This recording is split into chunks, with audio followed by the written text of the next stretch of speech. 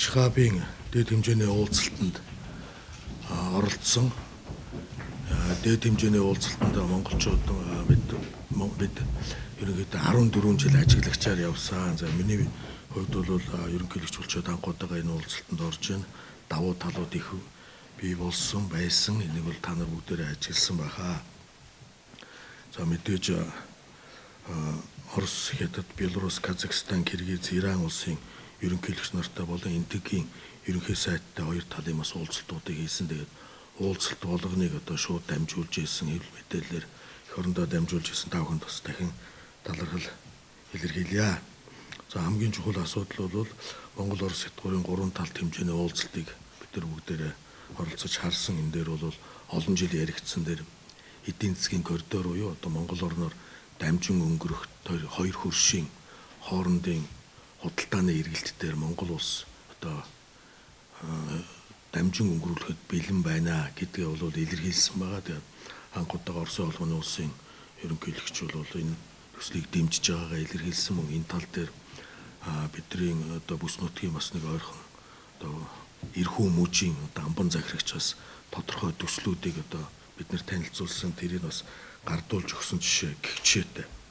За нөгөө нэг талдаа бол саяын тэр улсын ерөнхийлөгч нартай анхудаага за Оросын холбооны улсын ерөнхийлөгчтэй бол урд нь 2 удаа уулзж байсан. Бусдтай нь бараг анхудаага уулзалт одоо нүүр хагарсан гэх юм уу. Ингээд Монгол улсын ерөнхийлөгчийн сонгуул 17 онд болсон. 17 оноос хойш энэ шинэ ерөнхийлөгчтэй уулзч учраагүй гэсэн одоо яриануд их яригдчихсэн. Тэгээд энэ дээр бол хөрш одоо улс Казахстан, Киргиз за мөн далаад гарцгүй гэдгээр бас бидэртэй хамтарч одоо бас санал онолоо илэрхийлдэг буюу одоо бас энэ Шхабын ажиглагчаар бидний дараа орсон Беларусь улсын ерөнхийлөгч Лукашенкотой бол бас их нэлээд ойр дотно яриа өрнүүлсэн.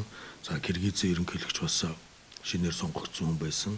Тэгээ энэ дээр танилцаж бас баяр хүргэсэн. За Ираны ерөнхийлөгчтэй бас нэлээд бас Монгол Ираны хоорондох тодорхой цөөхөн ажлуудыг бас цааш нь дэмжиж одоо ажилланаа гэсэн ийм зүйлүүдийг ярилцсан. Тэгээд та бүхний асуулттай байл хариул явж.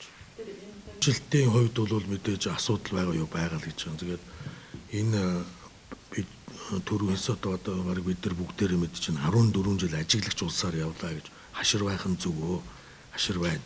Гэхдээ өнөөгийн одоо Шхабын нөхцөл байдал бол арай өөр болчиход.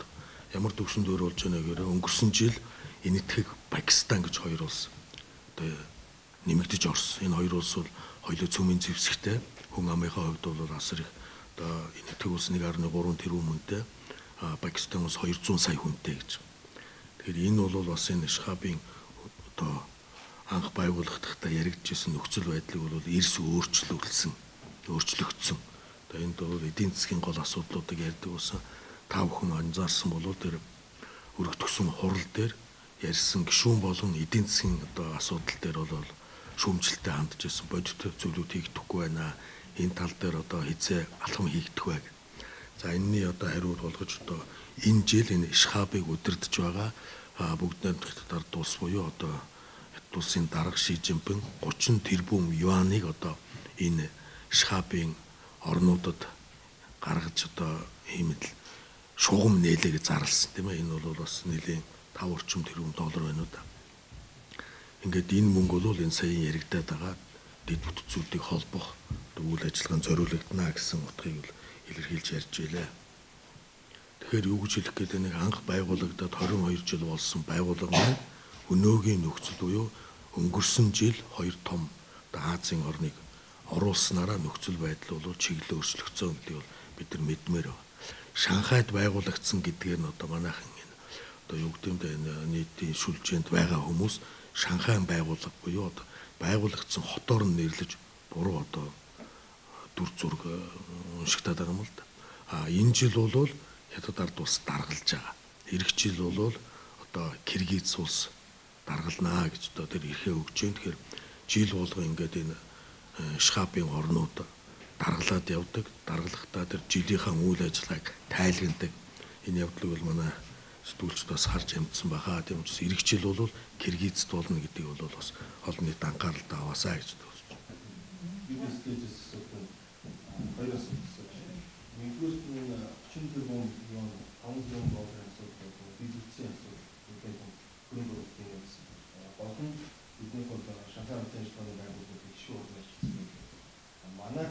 гişүүн орон биш гэсэн энийг одоо тээвэр ялангуяа одоо хүмүүст зам хацмаг шинжилгээ агуулгад болсон эдийн засгийн төв өсөлтөөр яаж шийдвэрлэх вэ? Хоёрдугаар улсын хурлд Шанхай хамтлагчдын байгууллагын эсрэг асуудлыг өнөөдөр таатан оролдоод нийгэм болон хөдөлгөөнд нийлүүлдэг. Ингээд энэ байсвар энэ олон нийтэд хэлцүүлэх зүйл Шанхай хамтлагчдын байгууллагын Монгол улсын бүрэн болцол хандсан гэсэн үг. Дээрээс нь энэ их хоёр том гүрний том боршин төвчж байгаа Монгол улс эдийн засгийн асуудалтай Шанхай хамтлагчдын байгууллагын сүүлийн жилдээ анхаарал хандуулж хэлсэн юм олон нийтийн одоо Шанхай хамтлагчдын байгууллагын эсэхгүй гэдэг гүргээс болоод том эдийн засгийн суд шинжлэлийн тойрог харагдаж байгаа. За 30 тэрбум юаны асуудал бол ингээд шугам нээгдлээ гэж одоо хэдийн дарга бол өөрөө зарласан. Энэ бол Шанхай одоо ишхабын байгууллагуудад зориулагдана гэх тав хүн дээр өргөдгсөн хурал дээр яригдсан асуудлуудыг бол өөрсдөө сонс. Тэгэхээр энэ юу гэж байна гэхээр энэ бол тэр улсуудаа зориулагдана. Манай улсын хувьд бол хэрвээ ажиглагчийн статусаа одоо олон нийтээр хилцүүлээд эхэллээ тийм ээ. Тэгэхээр энийг бол зарим их хурлын гишүүд бол бүх нийтийн санал асуулга гэж юм яригадаад байх шүү. Бүх нийтийн санал асуулгыг бол үндсэн хууль буюу бусад ийм онцгой нөхцлүүдэд бол тавигдах байх л та. Их хурл энэ гишүүд маань хүртэл өөрсдөө энэ одоо Шанхай ишхабын байгууллагын бүтэц байгуулагдсан түүх одоогийн байдал дараагийн зорилтуудыг мэдэхгүй байгаад. Тэгэхээр энийг одоо олон нийтэд түгээх үүргийг бол та нар л одоо газар дээр нь сурулж суучаас хийх ёстой болов. Энийг бол зүгээр нь өөрсдөө ямар үүднээс дүгнэхээ бол та нарын одоо үүрэг ихээ гэж та хэлмээр байгаамаа. За 3 дугаарт нь бол мэдээж хөрш орны 2 орны хувьд бол одоо дэлхийн эдийн засаг бол Америкийн сүүлийн Америк нэгдсэн улсын ерөнхийлөгчийн сонгуулиас хойш бол нэлээд хөдөлгөөнд орчлоо.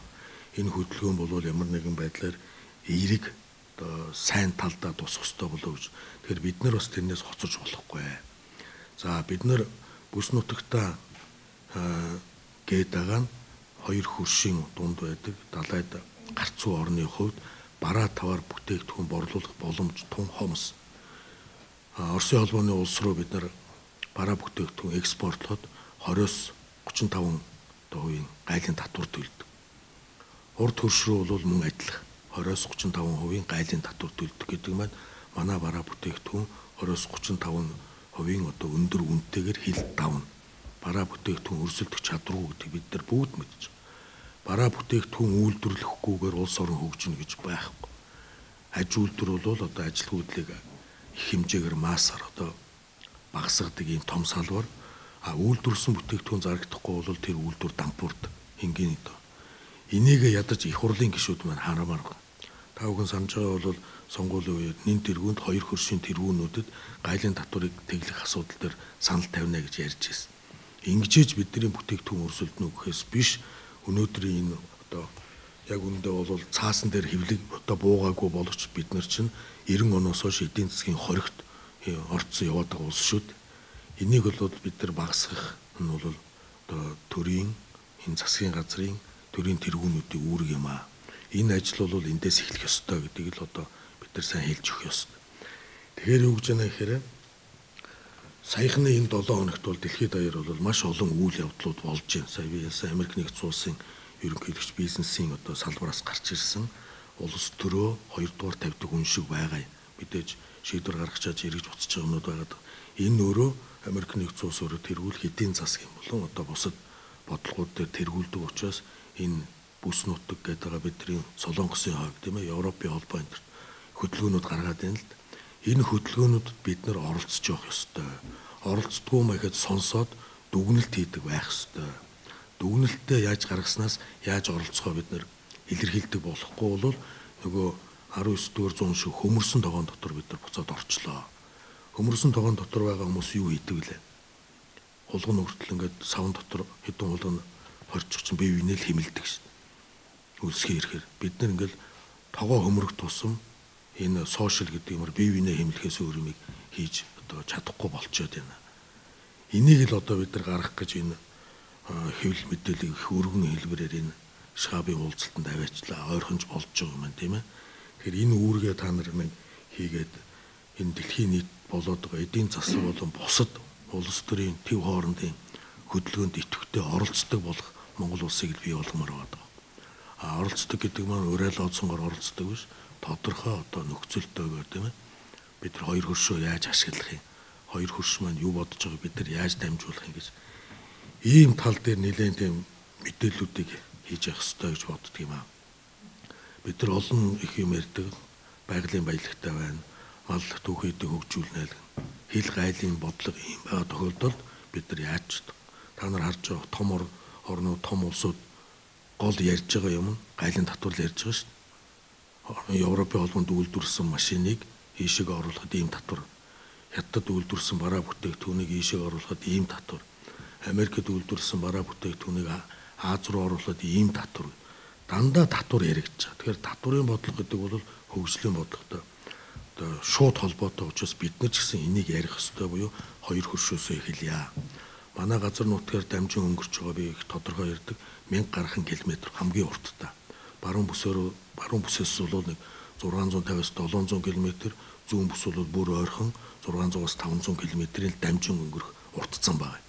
Энэ бол хоёр газар их газрын хоёр одоо хятад Оросын хувьд бол газар нутаг томтой улсын хувьд бол саяын ярьсан километрүүд бол өөрөө аюул бага.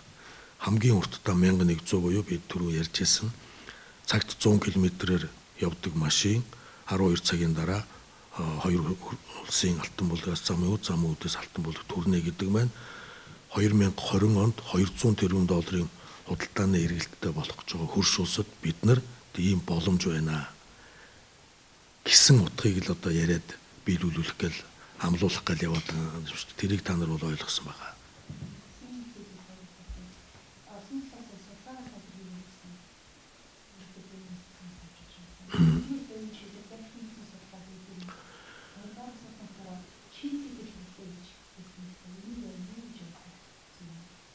За шинэ цикл гэдгийг бол ерөнхийдөө Оросын холбооны улсын ерөнхийлөгчийн сонгуул сая энэ оны 3 сарын 18-нд болсон бүгдээрээ мэдж байгаа. Энэ бол ерөнхийлөгчөөр дахин сонгогдлоо гэсэн.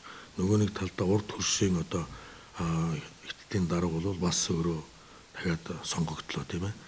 Монгол улсын хувьд бол 17 онд ерөнхийлөгчийн сонгуул 8 жилийн дараа дахиад сонгогдлоо.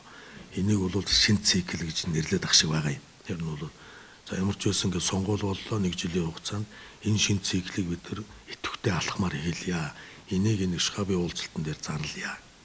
За судалгааны хувьд бол түрүүн би хэлсэн тэр эрхүү мужийн амбан захирагч тэр Левченкогийн өгсөн судалгааг би Оросын холбооны улсын ерөнхийлөгчд өөрт нь өгж танаахан ийм судалгаа шүү гэсэн баримтыг өгч байгаа юм аа. За манайхан бол энэ дээр бас тодорхой судалгаанууд бид зам тээврийн сайд багтаа хийжсэн өөрсдөө яамныхантай энэ судалгааны одоо баримтууд бол бүгдээрээ байгаа. Ямар ч тохиолдолд тэр Сибирь Манжуураар дамжих тэр Алтан хязгаараар дамжих хоёроос манайхаар дамжих нь бол одоо худалдан авахч талдаач борлуулагч талдаач ашигтай байгаа юм. Тэгэхээр энийг эхлүүлэх ажлыг бол мэдээж дипломатын бас янз бүрийн арга барилаар л эхлүүлэх юм байгаа юм л да. Тэгэхээр судалгааг Оросын холбооны улсын өөрсдөө хийсэн. Бид нар буюу одоо 2010 онд бас тодорхой өөрсдөө хэмжээний судалгаа хийжсэн. Одоо ажлын хэсэг байгуулагдаад энэ хамтарсан судалгаануудаа бид нэр идэвхжүүлээд маш богино хугацаанд хоёр хөршийн одоо тээврийн сайдаар дамжуулт тэргүүнүүдэд нь хүргэх юм байна. За Казахстаны хувьд бол ерөнхийлөгч Назарбаев нас олон жил удаан ажиллаж байгаа цаашдаа удаан ажиллах байгаа одоо 78 настай өнгөт бол бас тэр ярьж хэлж байгааг та нар ажилласан баг тийм ээ. Тэгээд мэдээж газар нутгийн хувьд бол тусгаар тогтнол нь одоо эртний гэж бид нартай бол яригддаггүй. Ер нь бол их манайхаас арай том хуурай газартай мөн далаад гарцгүй. Нэг асуудлыг гомдолж ярьж ирсэн үг чинь нэрээ бид нар хөрш орон байж та нар биднийг хөршийн харьцаанд оруулдаггүй.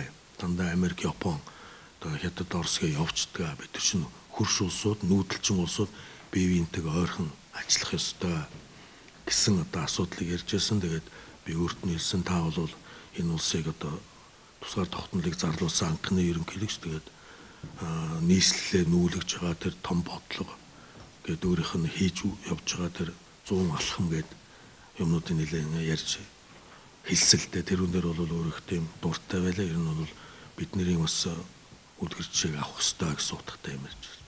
За энэ тгийн хувьд бол нөгөө тэрүүн доллартай холбоотой асуудал манай оронд айлчлагтаа ярьж ирсэн.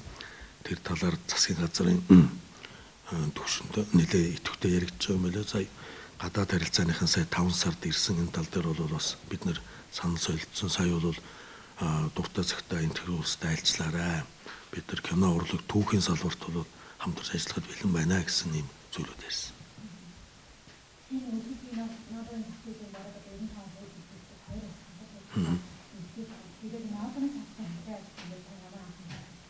За ноолуурын салбар бол манай бас нэлийн том экспортын нэг бүтээгдэхүүн. Олон малчид энэ ноолуураар амжиргаагаа залгуулдаг. Харамсалтай нь бид нар бүтээгдэхүүн болгож чадахгүй байгаад. За хятад улстай нийлээд буюу одоо өр муулаас гаргадаг ноолууртай нийлэхэд бол бид нар дэлхийн ноолуурын одоо 90-с 95 орчим хувийн түүхий эдийг боловсруулж байгаа. За хятад энэ Америк нэгдсэн улсын худалдааны одоо дан гэж яригдаад байгаа гайлын татвартай холбоотой асуудал дээр энэ оюумл бүтээгдэхүүн зарим зүйлүүдийн татвар өндөр орох нөхцлүүд тавигдаад байгаа. Энэ нэлээд олон тооны бараа бүтээгдэхүүн байсан.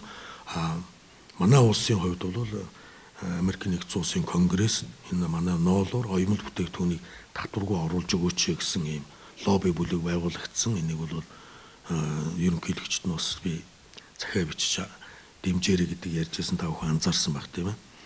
Хэрвээ манайхаас манайд үйлдвэрлэсэн бүтээгдэхүүн Америк нэгдсэн улс, Европын холбоо, Японд одоо бол татваргүй орж байгаа. Хэрвээ Америк руу орчих юм бол яагаад бид нар түүхэн эдэн дээр нэгдээд нэг бүтээгдэхүүн болгоод дэлхийд экспортлж болдгүй юм бэ гэсэн санааг л хэлэх гэсэн юм. За та бүхэн анзаарсан бол өргөтгсөн хурал дээр бол бараг Ашхабад байгаа бүх орнууд Афганистантай дэмжиж ажилланаа. Афганистан бол одоо бас Ашхабад ажиглагчаар байж байгаа өргөдлөө өгсөн ажилгаар нь болж байгаа. Одоогор бол орох асуудал бол яригдаагүй байх шиг байгаа юм.